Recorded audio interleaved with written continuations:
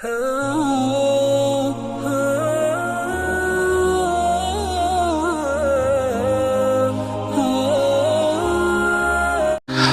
अलैकुम दोस्तों, कैसे हो? उम्मीद है कि सब खैरियत से होंगे। अल्लाह आप लोगों को ऐसे ही खुश रखे। सरकार दो आलम सल्लल्लाहु अलैहि वसल्लम की पूरी जिंदगी पर बनने वाली वीडियो सीरीज जिसका नाम मोहम्मद सब के लिए है, ये उसका छठा हिस्सा यानी पार्ट 6 है। थोड़ा हम रिकैप कर लेते हैं कि हमने 5वें हिस्से में क्या सुना। हमने 5वें हिस्से में सुना कि आपके पैदाइश से पहले और पैदाइश के बाद कितने अजीब अजीब वाक़यात हुए। बड़े बड़े यहूदियों के राहिबों ने, उनके आलिमों ने आपके आमद को पहचाना और रूम और फारस के महलों में जलजला आया और हजारों साल से जलता हुआ जो आतिश कदा था, जो आग थी, वो भी बुझ गई और दरियाए सावा जोश मारकर सूख गया। और आपके पैदाइश के वक्त, आपके जन्म के वक्त हजरत आमिना ने एक बहुत बड़ा नूर भी देखा और जो साथ में उस वक्त एक औरत थी, उसने देखा कि सितारे बिल्कुल जमीन पर झुके जा रहे हैं।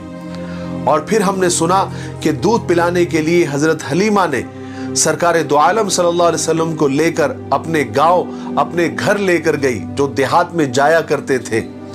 वहां पर आप सल्लल्लाहु अलैहि वसल्लम की वजह से इतनी बरकतें नाजिल हुई और इतनी रहमतें नाजिल हुई कि जानवरों के थनों में दूध आ गया और हजरत हलीमा का सीना भी दूध से भर गया।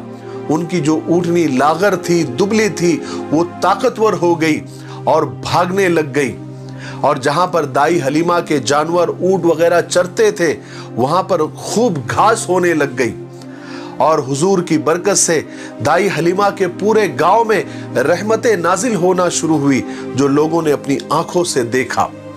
फिर हुआ ये कि उस वक्त दूध पिलाने की मुद्दत 2 साल हुआ करती थी। 2 साल पूरी होने के बाद में जब वापस हुजूर पाक सल्लल्लाहु अलैहि वसल्लम को वापस हजरत आमिना के पास देने का वक्त आया, तो हजरत हलीमा का दिल नहीं चाह रहा था। वो हजरत आमिना के पास गई और इसरार करके दोबारा सरकार दो आलम सल्लल्लाहु अलैहि वसल्लम को अपने साथ कुछ दिनों के लिए वापस अपने गांव लेकर आ गई। चलिए अब आगे सुनते हैं। जब सरकार दो आलम सल्लल्लाहु अलैहि वसल्लम की उम्र 4 साल की हुई, तो आप कभी कभी बकरियां चराने जंगल जाया करते थे। एक दिन की बात है कि आप बच्चों के साथ बकरियां चराने जंगल चले गए। वहां एक जगह बैठकर आप बकरियों की देखभाल करने लगे कि बकरियां चर रही थी और दूसरे बच्चे खेल कूद में लगे हुए थे। बिल्कुल दोपहर का वक्त था। जिब्राइल अलैहिस्सलातु वस्सलाम और कुछ फरिश्ते अचानक आपके सामने आ गए।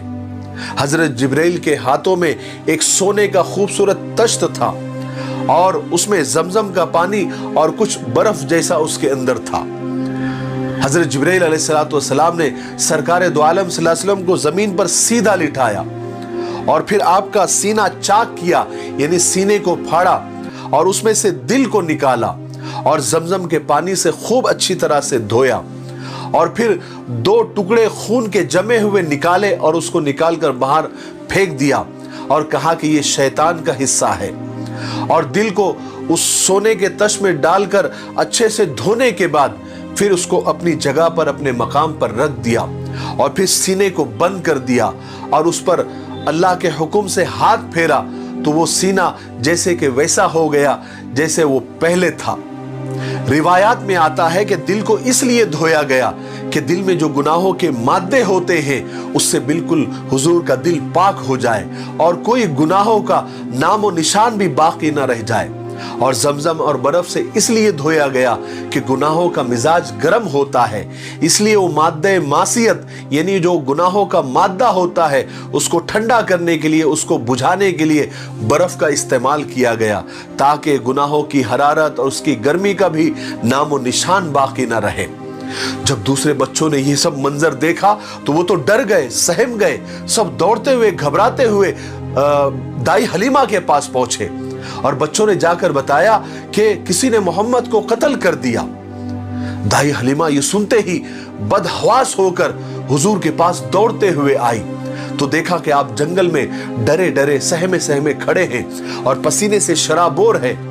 दाई हलीमा के शौहर ने एकदम से आपको अपने सीने से लगाया, चुमकारा और पूछा कि क्या हुआ मोहम्मद, क्या हुआ था?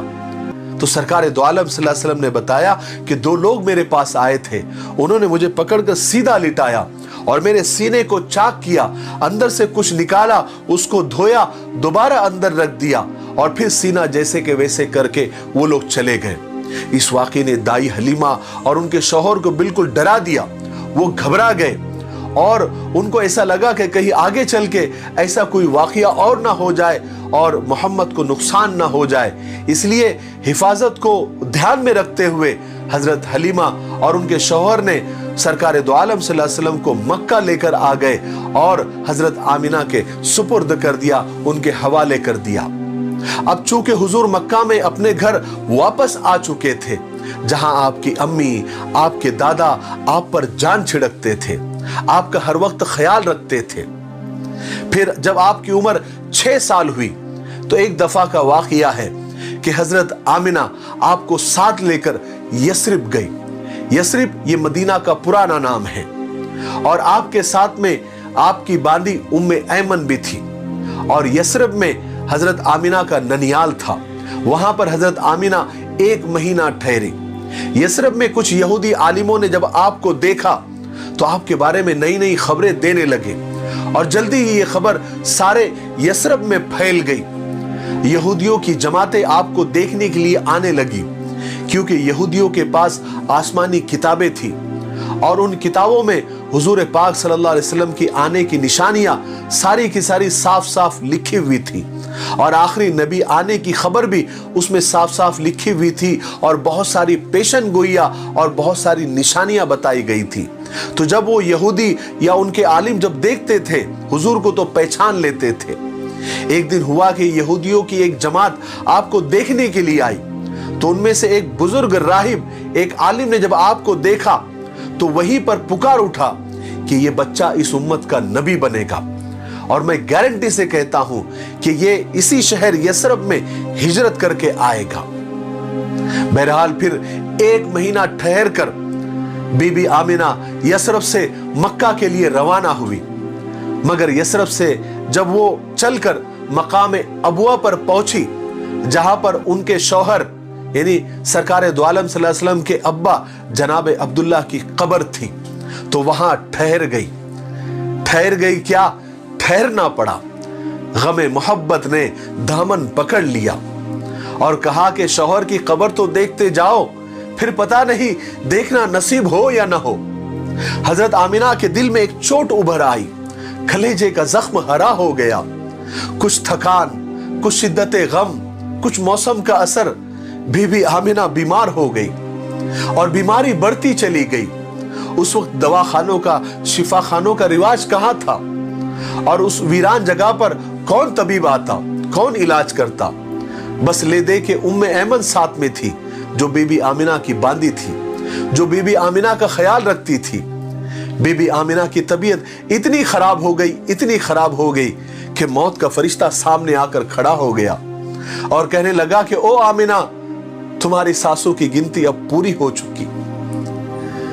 आमिना, तेरा दाना पानी अब दुनिया से उठ चुका। बीबी आमिना को अपने मरने का गम नहीं था, ज्यादा गम इस बात का था कि मेरे बाद मेरे दिल के टुकड़े मोहम्मद का क्या होगा, उसकी खबरगिरी कौन करेगा। पैदा होने से पहले बाप का साया उठ गया, अब कुछ होश संभाला तो मां के सामने मौत खड़ी है। दुनिया में हर बच्चे को मां बाप का ही सहारा होता है, उन्हीं की शफकत के सहारे बच्चे परवान चढ़ते हैं। रिश्तेदार भले ही कितने ही अच्छे हो, लेकिन मां बाप की मोहब्बत भला कहां पैदा होती है। यही गम बीबी आमिना को मरते मरते खाए जा रहा था। उम्मे ऐमन बीबी आमिना को तसल्ली देती, ढारस बंधाती, हौसला देती और कहती कि ए उम्मे मोहम्मद, ए मोहम्मद की माँ, तुम फिक्र मत करो, तुम ज्यादा परेशान मत हो, थोड़ी सी बीमारी है, 2-4 दिन में तुम ठीक हो जाओगी। लेकिन उम्मे ऐमन को क्या पता था कि कुदरत को कुछ और ही मंजूर है। खुदा वो साचा ही तोड़ देना चाहता था जिस साचे में मोहम्मद को बनाया था, ताकि फिर उस जैसा कोई ना हो। बीबी आमिना की तबीयत बिगड़ती चली गई। बीबी आमिना ने अपने जिगर के टुकड़े मोहम्मद के सर पर हाथ फेरा, और वही आखिरी हाथ था। कुछ कहना चाहा, लेकिन बीमारी की शिद्दत ने इजाजत नहीं दी। दो चार करवटें ली और नन्हे मोहम्मद परदेश में बिन मां के रह गए, और वही मकाम अबुआ पर जहां पर 7 साल पहले जनाब अब्दुल्ला दफन हुए थे, वहीं पर बीबी आमिना भी दफन हो गई। सरकार दो आलम सल्लल्लाहु अलैहि वसल्लम ने होश के जमाने में यह पहला इतना बड़ा हादिसा देखा, वो भी इतना अलमनाक, इतना दर्दनाक। मां के हमेशा की जुदाई, वो भी कहां, परदेश में, रिश्तेदारों से दूर, बेकसी और नाआशनाई की मौत।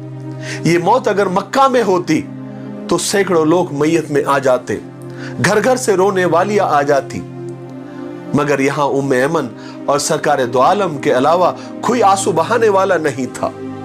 आज के लिए इतना काफी है, क्योंकि वीडियो काफी लंबा हो रहा है। हम 7वें हिस्से में आपको बताएंगे कि सरकार दो आलम सल्लल्लाहु अलैहि वसल्लम पर बचपन में ही कितने गमों के पहाड़ उन पर टूटे, लेकिन आपने सब्र किया और कयामत तक आने वाले इंसानों को यह दर्स दिया कि मुसीबतों से, परेशानियों से घबराए नहीं, क्योंकि वो अल्लाह ही देता है, और सब्र भी अल्लाह ही देता है, और सब्र के बदले में जन्नत भी अल्लाह ही देता है, और सब्र करने वालों के साथ अल्लाह होते हैं। और इसके आगे के वाकयात हम 7वें हिस्से में आपको बताएंगे।